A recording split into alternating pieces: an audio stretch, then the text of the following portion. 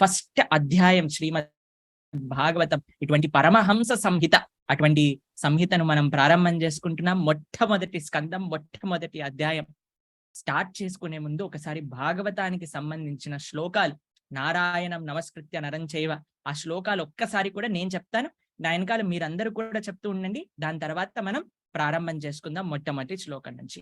ఒకసారి నేను శ్లోకాన్ని చెప్తాను, నేను చెప్పాక మీరందరూ కూడా చెప్పే ప్రయత్నం చేయండి. ఓం నమో భగవతే వాసుదేవాయ. ఓం నమో భగవతే వాసుదేవాయ.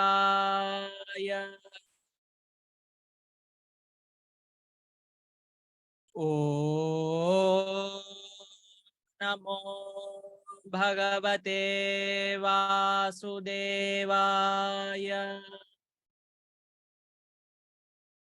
నారాయణం నమస్కృత్య నరం చైవ నరోత్తమం దేవీం సరస్వతిం వ్యాసం తతో జయముదీరయేత్.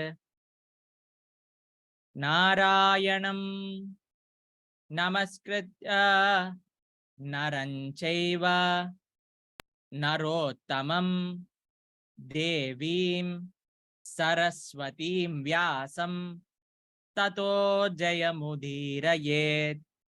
నష్టప్రాయేషు భద్రేషు నిత్యం భాగవత సేవయా భగవత్యుత్తమ శ్లోకే భక్తిర్భవతి నైష్టికీం.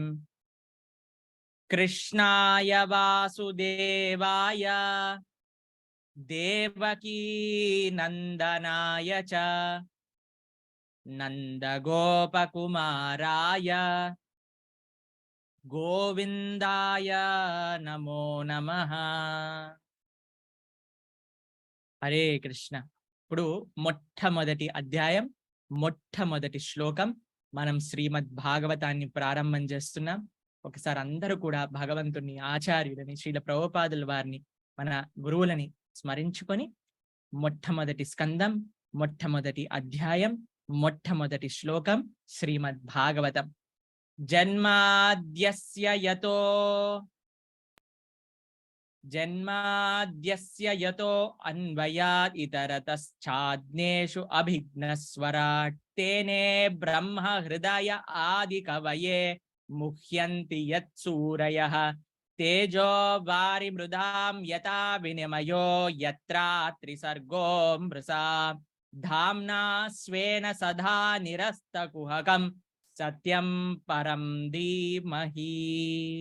ఈ శ్లోకాన్ని అలానే మీరు చూస్తూ ఉండండి. ఈ శ్లోకం యొక్క అర్థం ఏంటో నేను చెప్పే ప్రయత్నం చేస్తాను మీకు. జన్మాద్యస్య యతో, జన్మ అనంటే సృష్టి, జన్మాద్యస్య యతో అన్వయాద్ ఇతర చాద్యేషు అభిఘ్నస్వరాట్. ఎవరైతే సృష్టి, స్థితి, లయములు, ఇటువంటి మొత్తం ఈ జగత్తుకి కారణమో అటువంటి స్వామిని, స్వరాట్, ఆయన స్వరాట్ అండి, అటువంటి భగవంతుణ్ణి. తేనే బ్రహ్మ హృదయ ఆది కవయే. ఎవరైతే మొట్టమొదటిసారి జ్ఞానము అనేదైతే ఏదైతే ఉందో దాన్ని బ్రహ్మకు ఉపదేశం చేసిన, ఎటువంటి జ్ఞానం ఉపదేశం చేశారు? భగవంతుడి యొక్క తత్వం ఏంటి అంటే ముహ్యంతి యం సూరయః. కొన్నిసార్లు దేవతలకు కూడా భగవతత్వం అనేది అర్థం కాదండి. మనం చూస్తాం భాగవతంలో పదమస్కందంలో ఇంద్రుడికి అర్థం కాలేదు ఒకసారి భగవంతుడు అంటే ఏంటి అని. వడగల్లా వాన బృందావనం పైన కురిపించారు. దాని తర్వాత తెలిసింది కృష్ణుడి యొక్క స్వరూపం ఏంటో. అలా తేనే బ్రహ్మ హృదయ ఆది కవయే ముహ్యంతి యస్సూర్యః తేజో వారి మృదాం యథా వినిమయో. ఎలా అంటే మీకు ఒకసారి చూడండి, మీరు ఎండాకాలంలో మెయిన్ రోడ్, హైవే పైన ఎప్పుడైనా వెళ్తున్నారనుకోండి, అక్కడ జలం ఉన్నట్టుగా కనిపిస్తుంది, కానీ దగ్గరికి వెళ్ళేసరికి అక్కడ నీళ్లు ఉండవు నిజంగా. అలా మనం లేని వస్తువుని ఎలా అయితే ఉంది అని అనుకుంటామో అలానే భగవంతుడి యొక్క తత్వం ఏంటో నిజంగా మనం తెలుసుకోలేమన్నమాట. అలా దేవతలకు కూడా అసాధ్యమైన తత్వం భాగవతాన్ని చదివితే మనకి తెలుస్తుందన్నమాట. ఏంటి త్రిసర్గో మృష అనంటే ఎవరైతే ఒకళ్ళే ఒక కారణం, ఈ ప్రపంచం వెనక ఉన్నారో, ఎవరైతే ఈ ప్రపంచం మొత్తం కూడా 3 గుణములతో నడుస్తుందండి. ధామ్నా స్వేన సదా నిరస్త కుహకం. ఇంత ప్రపంచాన్ని సృష్టి చేస్తూ, స్థితి చేస్తూ, లయం చేస్తూ ఉన్న స్వామి ఆయన యొక్క ధామంలో, గోలోకంలో, శ్రీవైకుంఠంలో హాయిగా నిరస్త కుహకం ఎప్పటికీ కూడా అలానే ఆనందంగా ఉంటూ ఉంటారనమాట. ఆయనకి మాయ అనేది అంటకుండా. కాబట్టి అటువంటి స్వామిని సత్యం, సత్యం అంటే ఎవరు అనంటే భగవంతుడు, సత్యం కృష్ణుడు. అటువంటి కృష్ణుణ్ణి పరం ధీమహి, అటువంటి సత్యమైన పరంబ్రహ్మమైన శ్రీకృష్ణ భగవానుణ్ణి ధ్యానిస్తున్నాము అని మొట్టమొదటి శ్లోకం శ్రీమద్ భాగవతం చెప్తుందండి. ఇవి 7 విషయాలు శ్రీమద్ భాగవతం ప్రస్తావన చేసే విషయాలన్నమాట. ఇప్పుడు 2వ శ్లోకాన్ని చూద్దాం ఒకసారి. ఇది శ్రీమద్ భాగవతం యొక్క మహాత్యం. ధర్మ ప్రోజ్జిత కైటవత్ర పరమో నిర్మత్సరాణాం సతాం వేద్యం వాస్తవ మాత్ర వాస్తు శివదం తాపత్రయోన్మూలనం శ్రీమద్ భాగవతే మహాముని కృతే కిం వా పరేరీశ్వరః సద్యో హృదనువర్తతే తకృతిభి శుశ్రుభిస్తక్షణాత్. శ్రీమద్ భాగవతం ఏంటండి? శ్రీమద్ భాగవతం, శ్రీమద్ భాగవతం ధర్మ ప్రోజ్జిత కైతవత్ర పరమో. కైతవ ధర్మం అంటే చీటింగ్ రిలీజియన్ అండి. ఈ ప్రపంచంలో అండి ధర్మం పేరిట, ఆధ్యాత్మికత పేరిట మనల్ని మోసం చేసే వాళ్ళు ఎంతో మంది ఉన్నారండి.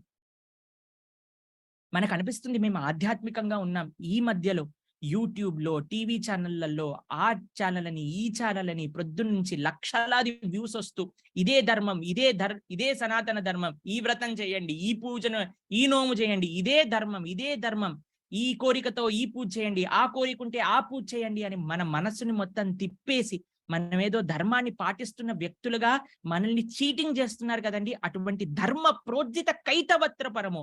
భాగవతంలో ఎటువంటి కైతవ ధర్మానికి కూడా చోటు లేనిదటండి ఈ భాగవతం. కేవలం నిజమైన సనాతన ధర్మం ఏంటి, నిజమైన భగవద్భక్తి ఏంటి, నిజమైన ధర్మం ఏంటి, అదే నేర్పిస్తుంది శ్రీమద్ భాగవతం. ఇక్కడ ధర్మ అర్థ కామ మోక్షాలకి ఇక్కడ దారి లేదు. కేవలం కృష్ణ భక్తి, కృష్ణ ప్రేమను మాత్రమే ఈ మానవాళికి జీవేర స్వరూపహోయ్ కృష్ణేర నిత్యదాస్. ఒక జీవుడిగా మనకి ఏంటి కర్తవ్యం, మనం ఏం నేర్చుకోవాలి అని చెప్పే కేవలం ఒకటే ఒక శాస్త్రం ఏమన్నా ఉంటే అది శ్రీమద్ భాగవతం. ఇక్కడ చూడండి 2వ శ్లోకంలోనే చెప్పేశారు. ధర్మ ప్రోజ్జిత కైతవత్ర పరమో నింవత్సరాణాం సతం. పరమమైన ధర్మం, ధర్మ ప్రోజ్జిత కైతవ అత్ర పరం. పరం అంటే ఏంటో తెలుసా అండి? అన్నిటికంటే గొప్పది, అన్నిటికంటే టాప్ మోస్ట్ మనకు అందిస్తున్నారన్నమాట ఈ భాగవతంలో. నిర్మత్సరాణాం సతం. ఎవరికైతే అసూయ ద్వేషములనే ఉండవో అటువంటి భాగవతాన్ని విని దాన్ని తప్పకుండా అద్భుతంగా దాన్ని జీవితంలో పాటించి వాటి యొక్క ఆనందాన్ని ఆస్వాదన చేసి తరిస్తారట. వేద్యం వాస్తవమస్తు. వాస్తవం అంటే ఏంటో తెలుసా అండి? ట్రూత్.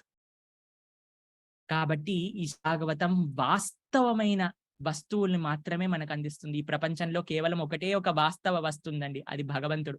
అటువంటి భగవద్భక్తిని అందిస్తుందట భాగవతం. వేద్యం వాస్తవ మాత్ర వస్తు శివదం. ఎవరైతే భాగవతం వింటారో అటువంటి విన్న వాళ్ళ జీవితం మొత్తం కూడా మంగళకరమైపోతుందటండి. అటువంటి విన్న వాళ్ళ యొక్క హృదయం మొత్తం మంగళకరం అవుతుందట, మొత్తం పరిసరాలన్నీ మంగళకరమైపోతుందట. మనందరం కలిసి భాగవతం వింటే జరిగే విషయం ఏంటో తెలుసా అండి? ఈ ప్రపంచం మొత్తం మంగళకరం అవుతుందట. మీరు అడగచ్చు, ఎలా అండి ప్రభుజీ, మనం భాగవతం వింటే లోకానికంతా ఎలా మంచి జరుగుతుంది?